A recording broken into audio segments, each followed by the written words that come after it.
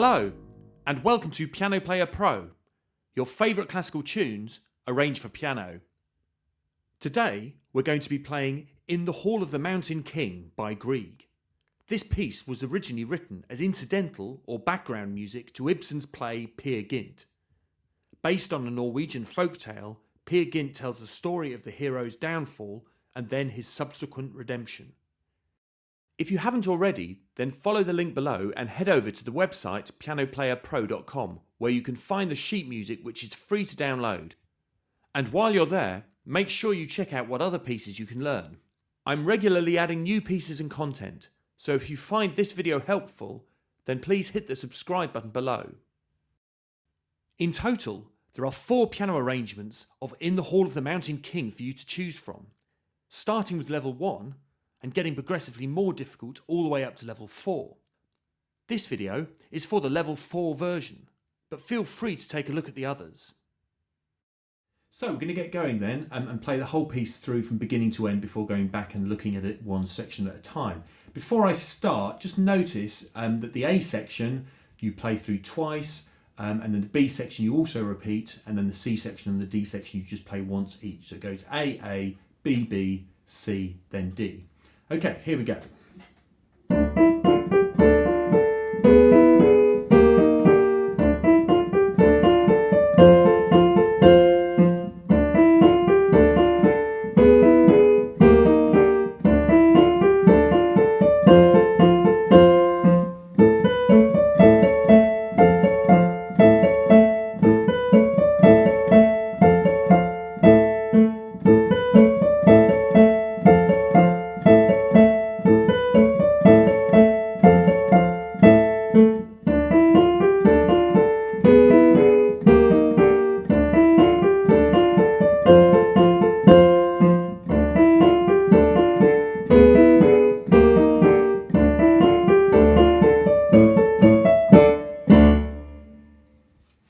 So that's the whole piece. We're going to go back now and look at it one section at a time, starting with the A section. So we'll look at it hands separately and then put the hands together.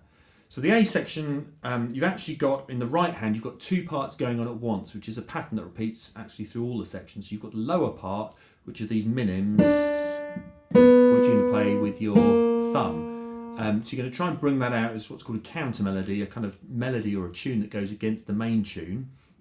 So the main tune is this, running up, and then you've got this 5-3-5, then the pattern or sequence going down, G sharp, G, E flat. So da, da, da, da, da. And then underneath that you've only got your thumb free, so you've got to make it smooth as you can. Don't just play it like this. Try and hold it whilst playing other notes in the kind of upper fingers. And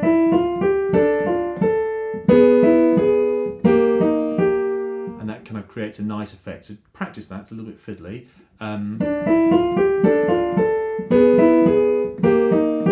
we're going to go round again for bars 3 and 4. You start the same, but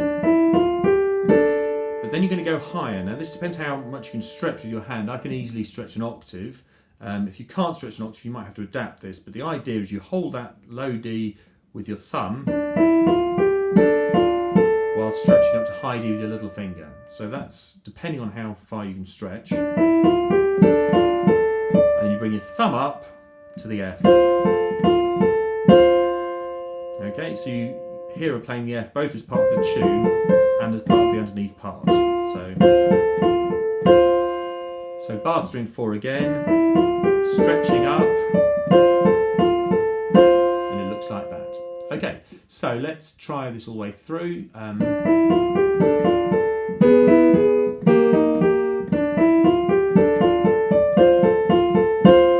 Okay, and then you do that twice. The left hand is doing this kind of nice pattern here. So you've got low D jumping up to high D, and it's this kind of octave jump that you actually do all the way through the piece.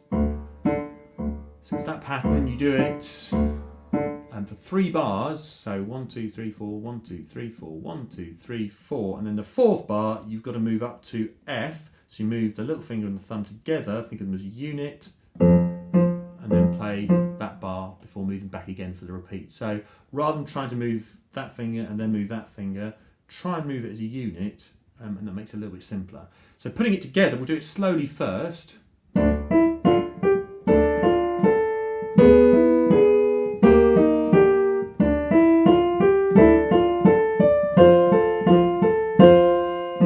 that's how it works. So up to speed.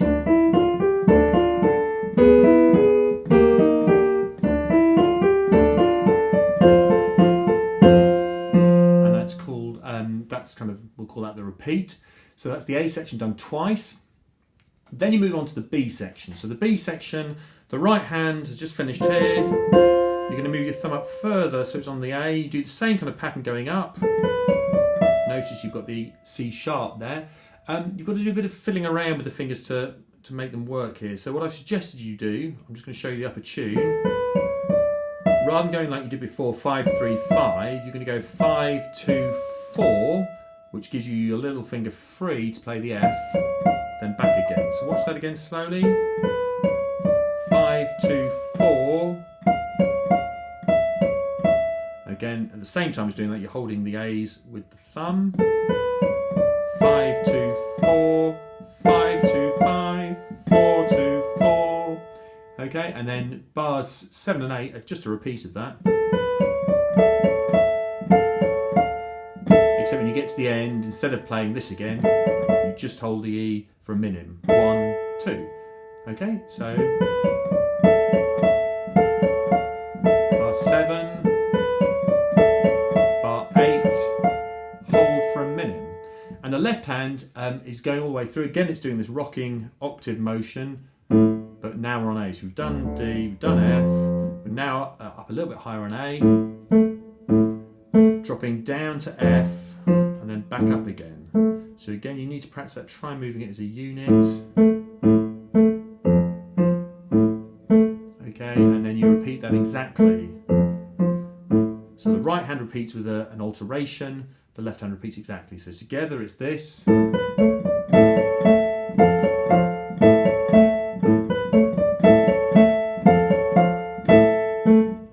the repeats.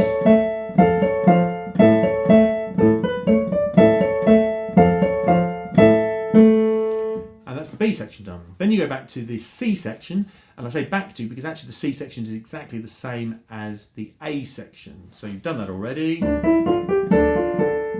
Minims in the right hand thumb. But you don't repeat the C section because the C section actually repeats in the D section. The D section is almost identical. This is bar 13, bar 14, bar 15. All of that's the same. It only changes when you get to bar 16. So bar 16 in the right hand, you've just done this. Instead of this, which you've now done 3 times, you're going to change to this. Middle finger on the C sharp, then a chord with the A and the D together, and jump down to the low D. And the accents there on those last 2 notes, those sideways triangles, mean you hit them extra hard. Okay, and then the left hand is doing what it's always done, these octave leaps, still on the D. The last bar is actually the only place where it breaks from that. Instead of going A, it just goes A twice, the same A, and then high D, low D. Okay, or tenor D, bass D. And that octave shift is marking what you're doing in the right hand. They're doing the same thing. So the last bar hands together is, listen again, so the D section together is,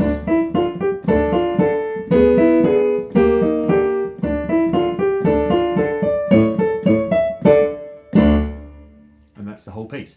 So I'm going to go through and play you the whole thing from beginning to end. I've not talked much about dynamics, so what I'm going to do, I'm going to play it quietly to start with, so it sounds quite kind of threatening. And then gradually each section you'll notice it gets louder and louder till at the end it's fortissimo, so double F. So here we go from the beginning.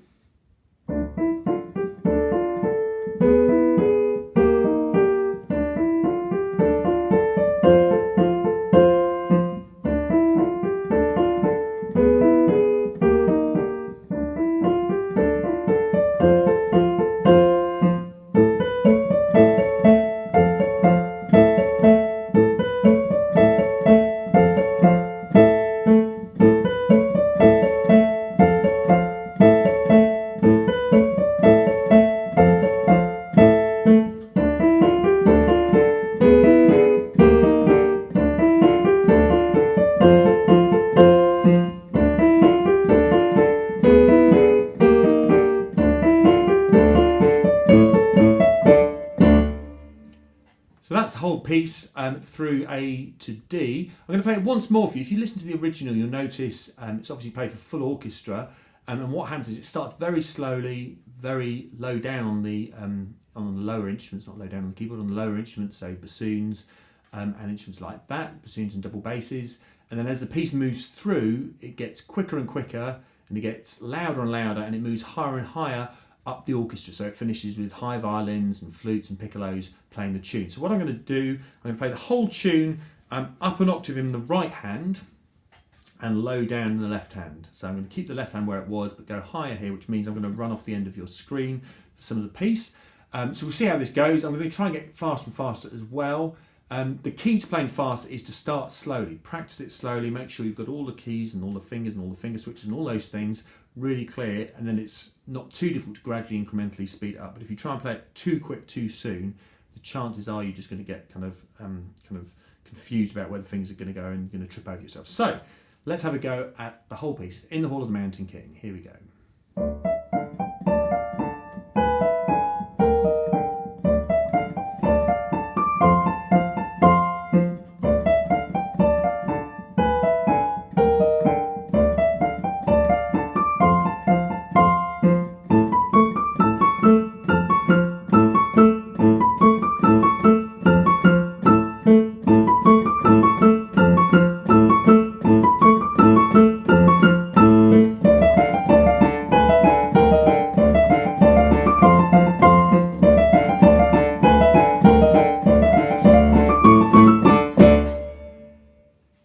So that was the level 4 version of Grieg's In the Hall of the Mountain King. Thanks for watching. I hope you found it helpful. If you have, then please hit the subscribe button below, as there's new pieces for you to learn coming out all the time. And remember, the music for all of them is free to download from the website pianoplayerpro.com. If you've got any questions or requests for future pieces, then please do get in touch via the comments section. Have a great day then, and happy practicing.